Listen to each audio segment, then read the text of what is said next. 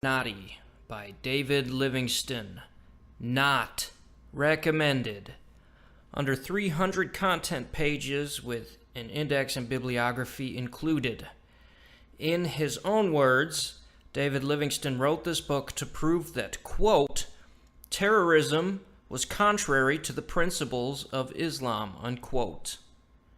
If he really believes that, Livingstone needs to study the life of Muhammad more thoroughly. But I was curious to see what the book had to offer historically.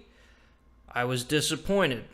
Livingstone quotes from a suspicious pool of Jewish, liberal Christian, pagan, and mystical writings. Livingstone seems to quote from, frankly, any source he can, no matter how dubious, to push his bloodline narrative and to discredit Christ.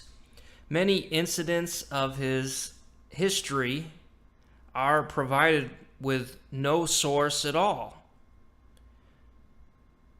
Livingstone's bogus sources, or lack thereof, therefore, do little to bolster his pretty outrageous narrative. Livingstone's thesis is that the Illuminati is a closely protected and interbred bloodline.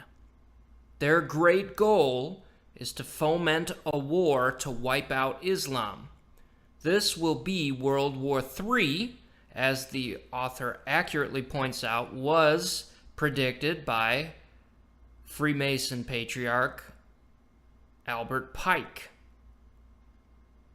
The author attempts to connect every prominent historical figure from Alexander the Great to contemporary U.S. politicians to this, quote, Luciferian bloodline. But I don't buy it. The Illuminati themselves may very well believe that their bloodline is special and more than human, but to suggest that this cabal is pooling their centuries of wisdom and wealth into a conspiracy to discredit Islam is pretty ridiculous. Islamic scholarship, in my experience, however, is duplicitous. Quote any Bible verse compatible with their false religion, but dismiss any Bible verse contrary to their religion as, quote, corrupted. Anything that makes Muhammad, the violent pedophile, look good is unquestionably correct. But anything that exposes him simply doesn't count. This theme is clearly visible in this book as well. Livingstone takes pain to discredit Jesus, but taking a look at Livingstone's treatment of Jesus in his bloodline narrative is telling of the shortcomings of this book. So Livingstone, among other things, states that Jesus did not rise from the dead. Joseph of Arimathea and Mary Magdalene conspired to start a Lucifer-worshipping cult based on the lie that Jesus rose. And New Testament Christianity, as expounded by Paul, is, quote, presented in the mystery terms as the worship of the dying God, unquote. In other words, according to the author, Christianity is Lucifer worship.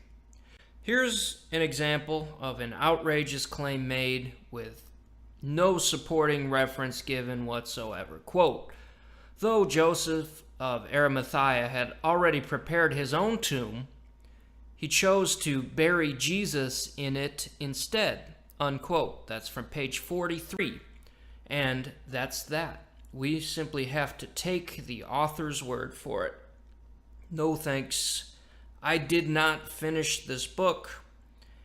It's a zeitgeist-style disinformation campaign against Jesus and against the real enemies, the real conspirators, whether Luciferians or Nephilim or even shape-shifting reptilian aliens.